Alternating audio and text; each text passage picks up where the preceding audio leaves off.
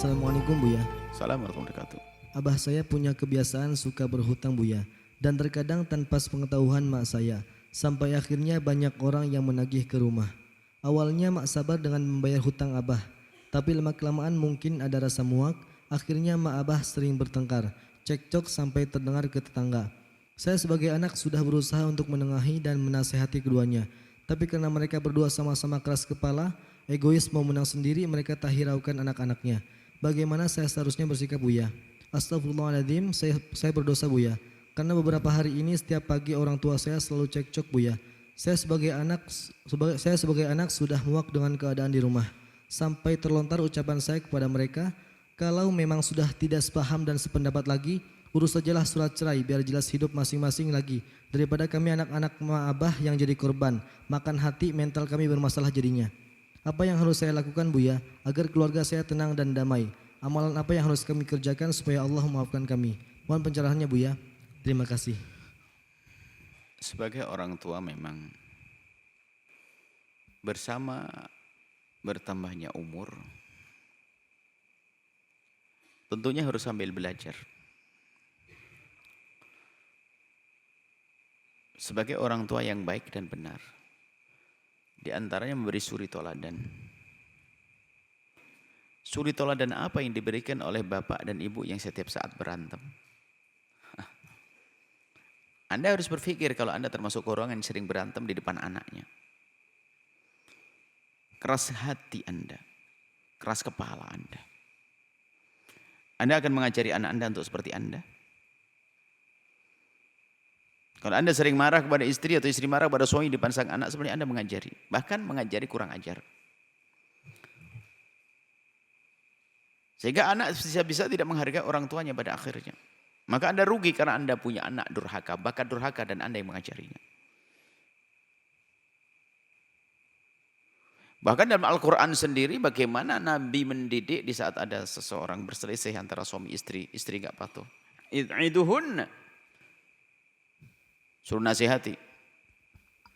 Di saat wahjuruhunna fil madaji, di saat harus ngediami tidak ngomong itu. Wahjuruhunna. Itu di dalam kamar saja, di luar seolah-olah nggak ada apa-apa. Hanya di kamar saja tidur sana. Jangan sampai anak itu tahu maksudnya kalau orang tuanya bermasalah.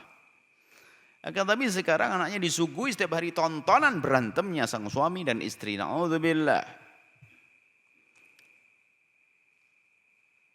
Tapi anaknya khawatir dia mentalnya benar. Ini orang tuanya sudah mentalnya nggak benar dulu ini. Harus benah dulu, harus berobat ya.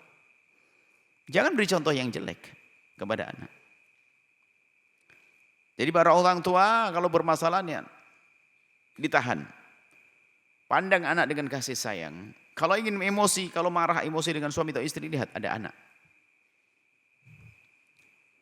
Harus belajar, berusaha. Kalau ternyata nggak kuat berarti Anda bermasalah mental Anda.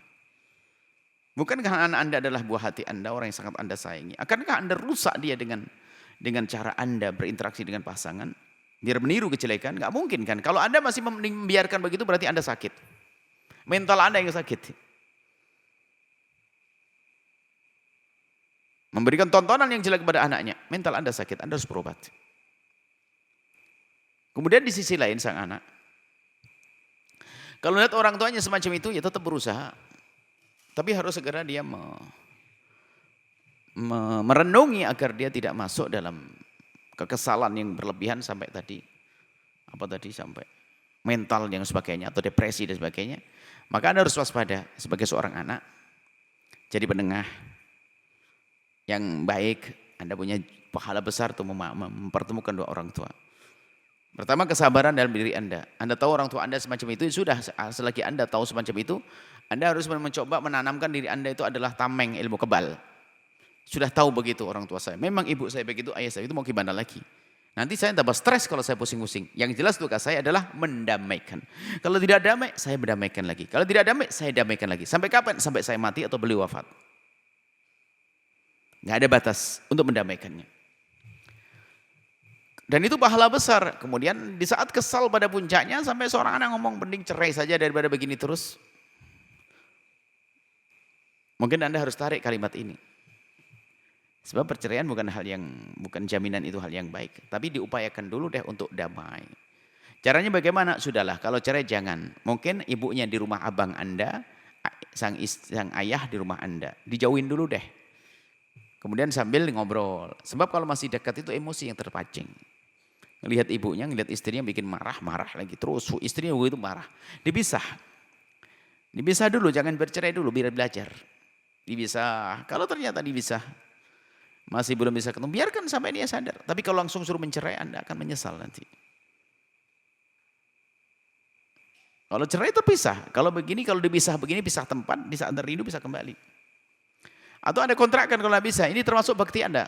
Bapak dikontrakkan tinggal dengan Anda, ibu kontrakkan tempat sendiri. Adik Anda yang nemani, kakak Anda yang nemani.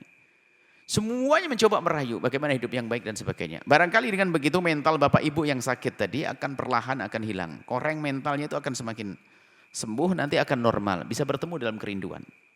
Jangan langsung disuruh cerai. Seperti itu artinya tetap ada upaya-upaya dari anak, tapi ingat, di saat ada permasalahan rumah tangga, jangan buru-buru, solusinya adalah perceraian. Perceraian itu adalah seperti amputasi kalau kita punya, kalau ada orang punya tangan yang bermasalah, itu amputasi itu adalah terakhir. Operasi, terakhir, kalau sudah nggak bisa begini-begini baru itu. Semoga Allah memberikan kepada kita kemudahan dalam melakukan kebaikan. Mulia di dunia, mulia di akhirat. Dan semoga Allah Subhanahu wa taala mengampuni semuanya. Rumah tangga indah, orang tua kita indah, anak-anak kita indah, saling mencintai karena Allah. Wallahu a'lam bishawab. Sahabat Al-Bahjah TV, setelah menyaksikan video ini, jangan lupa bersolawat kepada baginda Nabi Muhammad. Shollu ala Nabi Muhammad. Allahumma sholli alaihi wa ala alihi wa sahbihi.